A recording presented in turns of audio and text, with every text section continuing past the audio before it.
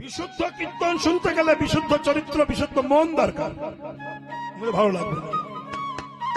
অকৈতব কৃষ্ণ প্রেম, এই প্রেম কথাটা নিয়ে কত ব্যবসা চলছে, কত সিরিয়াল চলছে, কত যাত্রা, কত থিয়েটার চলছে, প্রেমের অপব্যাখ্যা। কিন্তু এখানে বলেছেন অকৈতব কৃষ্ণ প্রেম, কাম শূন্য কৃষ্ণ প্রেম জন জম্বুনদ হেব। জম্বুনদ বলে নদী আছে, সেই নদীর স্বর্ণ যত উজ্জ্বল, আমার কৃষ্ণ প্রেম তেমনি উজ্জ্বল। এই মেয়ে শোন, প্রেম সম্পর্কে একটু শোনো। প্রেম প্রেম করে তো মোবাইল গরম করে ফেলছে। প্রেমের একটা কম্পিটিশন চলছে, প্রেমের ব্যবসা চলছে, প্রেমের হাট বাজার চলছে। কোন একটা MA পাস ছেলেকে প্রশ্ন করুন তো যে প্রেমের সংজ্ঞা কি, প্রেমের ডেফিনিশন কি? যদি বলতে পারে আমি কীর্তন ছেড়ে দেব, আমি অন্যের মতো চ্যালেঞ্জ করবো না, এত টাকা দেবো, টাকা ফাঁকা আমার নাই, আমি কীর্তন ছেড়ে দেবো, পারবেন না। প্রেম সম্পর্কে যদি কারোর জ্ঞান হয়ে থাকে, সে প্রেমটাকে অপব্যাখ্যা করবে না। প্রেমের ক্লাসিফিকেশন আছে, শ্রেণীভাগ। প্রেম হলো 3 প্রকার, একটি অশুদ্ধ, একটি বিশুদ্ধ, আর একটি প্রসিদ্ধ। অশুদ্ধ প্রেম কাকে বলা হয়? যে প্রেমে ইন্দ্রিয় সুখ ছাড়া আর কোন সুখ উপভোগ করা যায় না, তাকে অশুদ্ধ প্রেম বলা হয়। হ্যাঁ, উজ্জ্বল নীলমণি গ্রন্থে রূপ গোস্বামী পাঠ এটি লিখেছেন। বিশুদ্ধ প্রেম কাকে বলা হয়? যে প্রেমে গোবিন্দ সুখ পাবে, আমু সুখ পাবে, এটাকে বিশুদ্ধ বলা হয়। আর প্রসিদ্ধ প্রেম কাকে বলা হয়? যে প্রেমে একমাত্র ভগবান সুখ পাবে, আমার সুখের দরকার নাই, এটাকে প্রসিদ্ধ প্রেম বলা হয়। রাধে রাধে। বুঝলেন কিছু? বুঝলেন? বোঝেননি তো? এই জন্য কীর্তন ভালো লাগে না। বৈষ্ণব পদাবলী কীর্তন উচ্চমার্গের সাহিত্য, খুব ধীর মস্তিষ্কে। কেন? এসব কীর্তন করতে গেলে আউ ফাউ কথা বলা যাবে না, পরনিন্দা পরচর্চা, ও ভালো না সে ভালো না, এটা এ কীর্তন নয়, এটা পরনিন্দার কীর্তন নয়, এটি ভক্তি শ্রদ্ধার কীর্তন। তাই বাবা, 3 প্রকারের প্রেম বলা হয়েছে। এইবার প্রেমের এক কথায় উত্তর দিচ্ছি আমি। যদি কোনো শিক্ষিত ছেলে মেয়ে থাকো, কথাটা শুনে যাও। রাস্তাঘাটে আর অসভ্যের মতো বলে বেরিও না রাধা কৃষ্ণ প্রেম করেছে, আমি করবো না। কেন? তো মূর্খমি, ভাষা বোঝো না তুমি। হ্যাঁ, বলছেন ধ্বংসের শত কারণ থাকিবা সত্ত্বেও যে বস্তু ধ্বংস হয় না তাকে বলা হয় প্রেম। লিখে নেন, এক কথায় উত্তর। ধ্বংসের শত কারণ আছে, তথাপিও ধ্বংস হবে না, একে বলা হয় প্রেম। একটু উদাহরণ দিই। পৌষ মাসের প্রচন্ড ঠান্ডায় মা বাচ্চাকে নিয়ে ঘুমাচ্ছে, ভীষণ ঠান্ডা। এই বৌমা, তখন ছেলে পায়খানা করে দিয়েছে,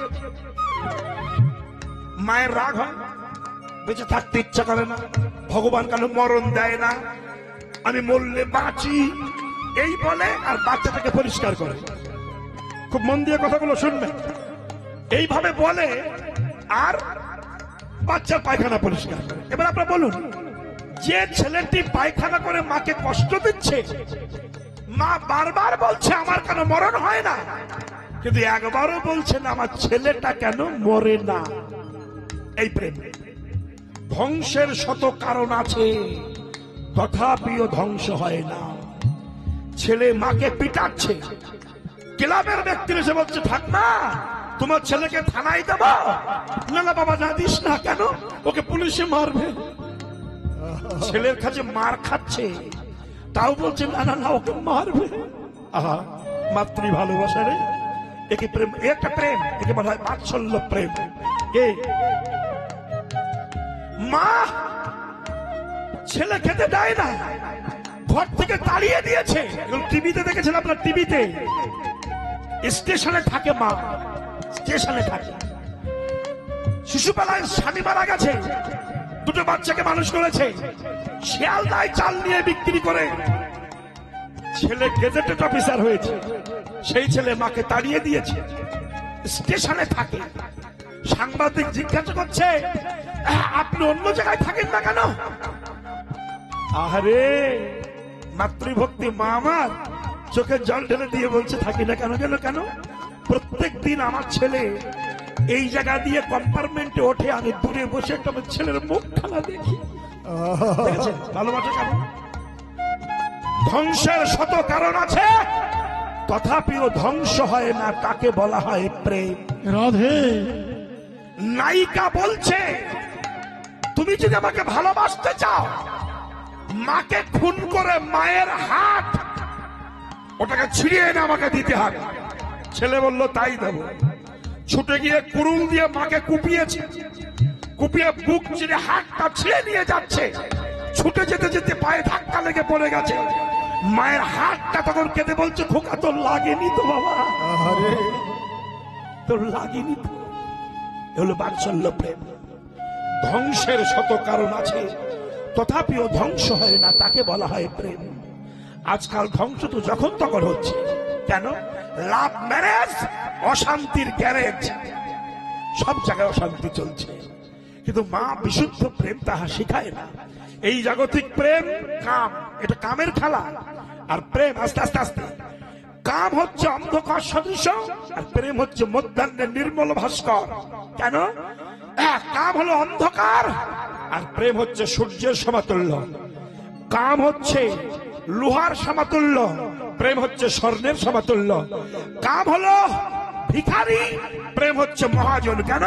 কাম শুধু নিতে চায়, দিতে চায় না, কিন্তু প্রেম শুধু দিতে চায়, নিতে চায়। তাহলে আত্মম্রিয় প্রতিবাঞ্ছাকে বলা হয় কাম, কৃষ্ণম্রিয় প্রতিবাঞ্ছা ধরে প্রেম নাম। কামের তাৎপর্য সম্ভব কেবল, কৃষ্ণ সুখ তাৎপর্য প্রেম মহাবল। কাম আর প্রেম বিবিধ লক্ষণ, লহু আর হেম জয়িছে শতপ্রেম লক্ষণ। এই জন্য বলি, আমার গোপীগণের মধ্যে নাহিক কামগন্ধ, কৃষ্ণ সুখ লাগি মাত্র, কৃষ্ণের সঙ্গে সম্বন্ধ। কোন ভাগ্যে কোন জীবের শ্রদ্ধা যদি হয়, শ্রদ্ধা যদি হয়, তবে তো সে জীব সাধু সঙ্গ করায়, সাধু সঙ্গ করে, সাধু সঙ্গ হইতে হয় শ্রবণ কীর্তন,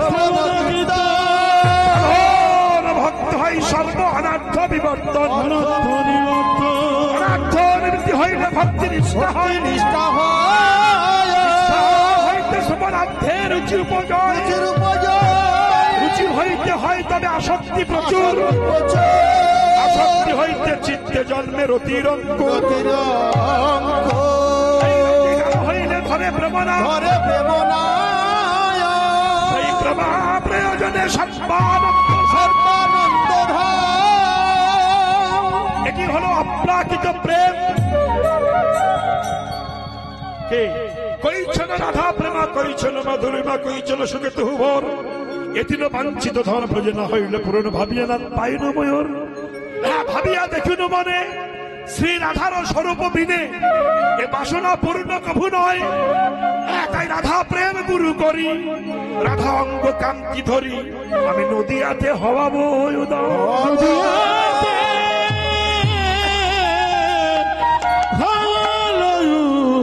আমার গৌরের মূরতি, প্রেমের মূরতি। ও মায়েরা,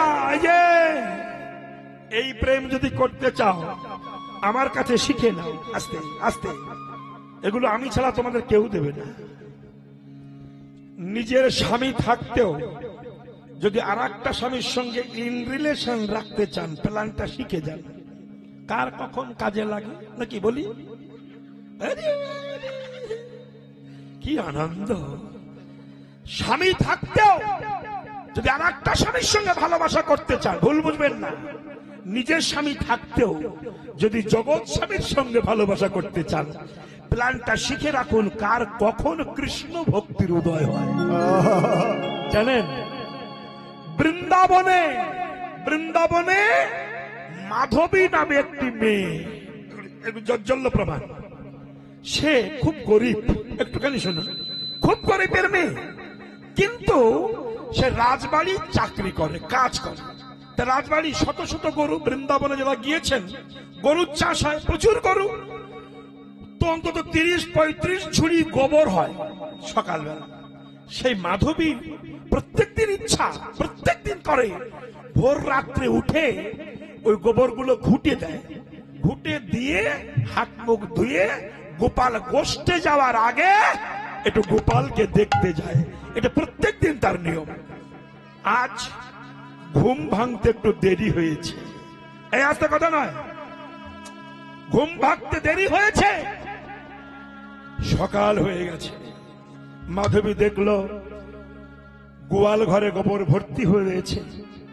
এই গোবর তুলে যদি ঘুটে দিয়ে আমি যাবি তো গোপাল দেখা হবে না, কৃষ্ণ দর্শন হবে না, আজ থেকে কৃষ্ণে দর্শনে বঞ্চিতা হব। তাই গোবরগুলো কোড়াচ্ছে আর চোখের জল ঝরাচ্ছে। হে প্রভু, হে দয়াময়, হে কৃষ্ণ, তুমি তো জানো আমি তোমাকে না দেখে জলে স্পর্শ করি না। আজ ঘুম থেকে বেলা হয়ে উঠেছি, এই গোবরগুলো ঘুটে না দিয়ে তো তোমাকে যেতে পারছি না। প্রভু দয়াময়, তুমি রক্ষা করো, তোমাকে আমায় দেখাও।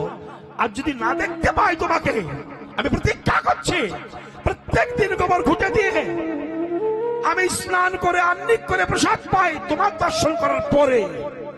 আজ যদি তা না পারি, তুমি শুনে রাখো কৃষ্ণ, তুমি গোষ্ঠে যাবে আর আমি যমুনায় যে প্রাণ বিসর্জন দেব, এটা প্রতিজ্ঞা।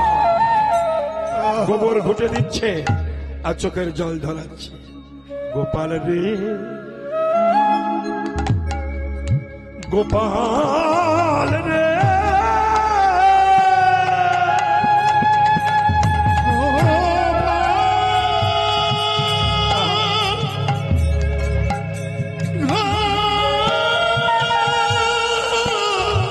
গোপাল রে দেখা দে,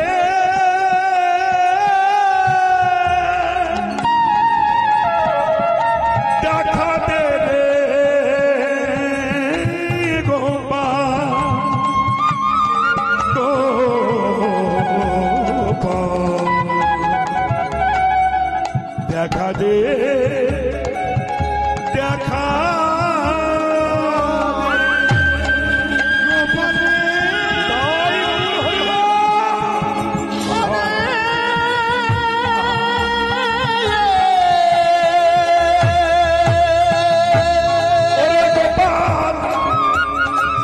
আমি তো গোবর ঘুটে দিতে পারবো না, তার আগে তুই গোষ্ঠে চলে যাবি।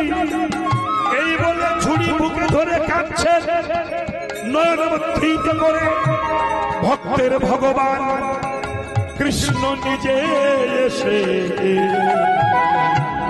গোবরগুলো ঘুটে দিয়েছে। চপ চপ করে ঘুটে দেয়, ভক্তের ডাকে ভগবান আসে।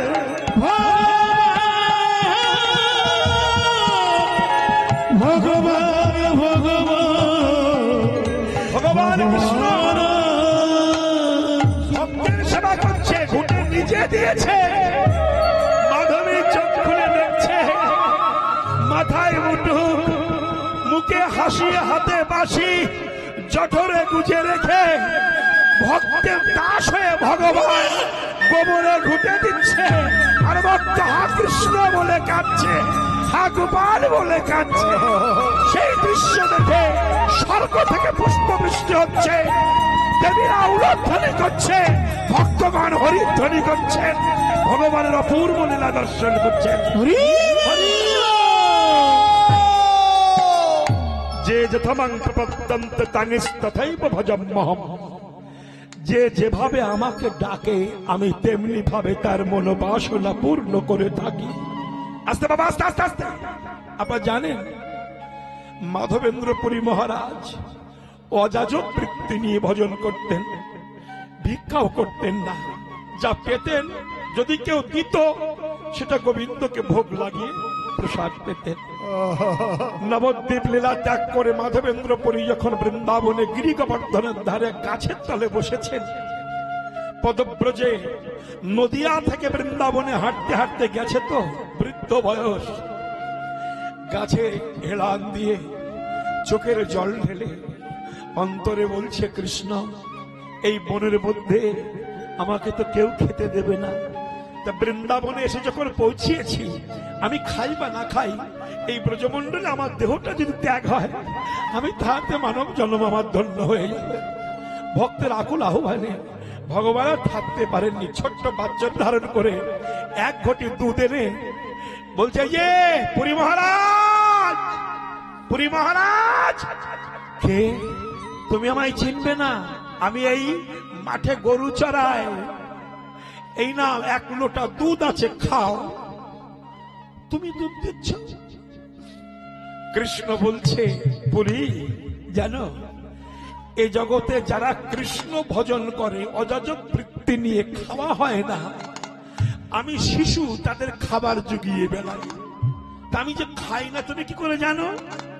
বলে যোগপীরা জল নিতে এসেছিল, তারা দেখে গেছে তুমি না খেয়ে আছো, তাই আমি দুধ এনেছি, তুমি খাও। দুধের ভাণ্ডটা মাধবেন্দ্র পুরীর কাছে দিয়ে কৃষ্ণ যখন চলে গেছেন, তখন কৃষ্ণের নিবেদিত প্রসাদী দুধ মাধবেন্দ্র পুরী মহারাজ প্রাণ খুলে খেয়েছে, তাপিত প্রাণ শীতল হয়ে গেছে। অপূর্ব লীলা।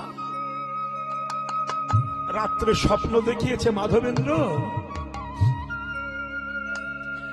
আমি বিধর্মীদের নির্যাতনে আমার বিগ্রহ মাটির তলায় পড়ে আছে, তুমি তুলে আমাকে প্রতিষ্ঠান করো। এখানে তো তত্ত্ব কথা আসে। অনেকে বলবেন ভগবান যদি হবে সে নিজেই তো উঠতে পারত না, ওঠেনি কেন? যদি নিজে উঠে প্রতিষ্ঠিত হতো তাহলে মাধবেন্দ্র পুরী ভক্তের কথা প্রচার হতো না। বুঝেছেন?